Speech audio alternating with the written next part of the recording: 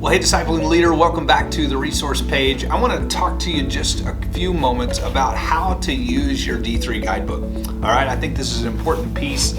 Obviously, you have the website that you're currently on if you're watching this video, and you have maybe learned some different things that you didn't know before. But our guidebook really gives you a lot of helpful tips and tricks and tools and even things to say as you're sitting with your group, all right? So one of the first things I want to show you about the book or about the guidebook is that at the beginning of each of the phases is the phase highlighted.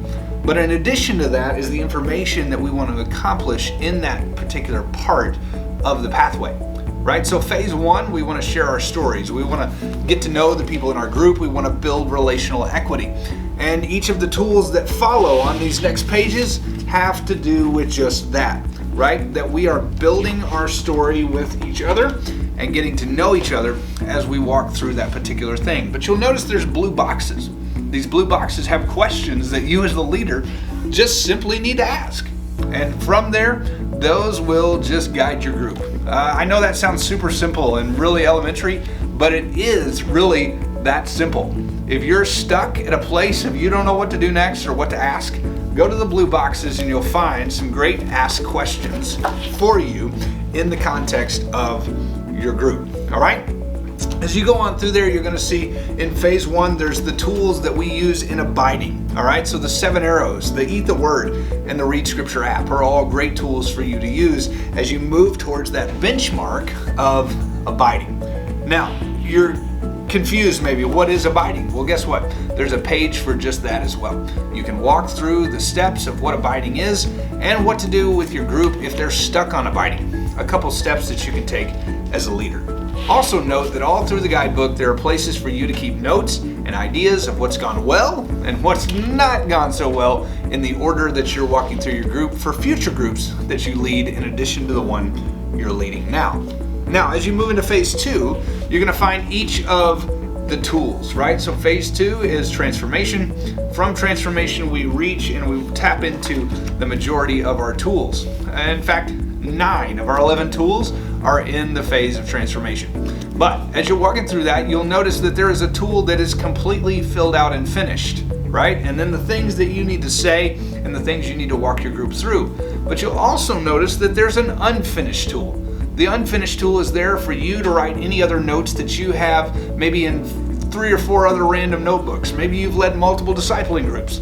This is so you can get it all in one place. Maybe you have some favorite scriptures that you love to use with a particular tool and different things like that.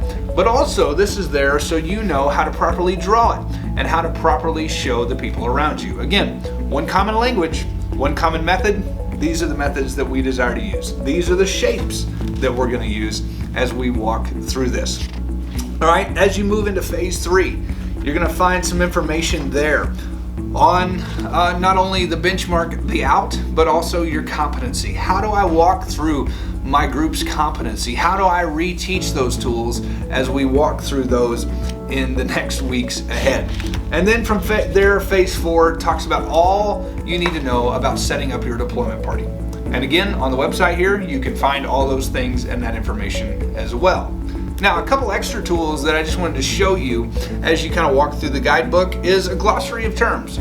Maybe you're confused on what a discipling leader and a discipling campus leader are, the difference between the two, and that clarifies that for you, in addition to having some extra reading resources there for you on page 45. If you want to grow in your knowledge of discipleship, you want to kind of see where we have based much of our discipling pathway and the things that we do, you can check those out by reading those books there. And then in another video, right here to my left, I believe it is, on the resources page, you'll see the D3 checklist guide that we walked through in that video, showing you just some quick things that you have in front of you if you get stuck in where am I in this process and in this pathway. Again, we want to make this as easy as we can for you as a discipling leader to lead your best in discipleship and equip others as best you can, to inspire them to trust and live like Jesus in the fullness of who He is, and for you to be able to say, I have made disciples. I have done what God has asked me to do and what He is calling me to, what He desires from each and every one of His followers and believers. And so from there, if you have any more questions about your book, reach out to your campus discipling leader. Ask them what maybe is heavy on your heart. We are here to help you succeed and to, again, lead your best in discipleship and in this discipling journey.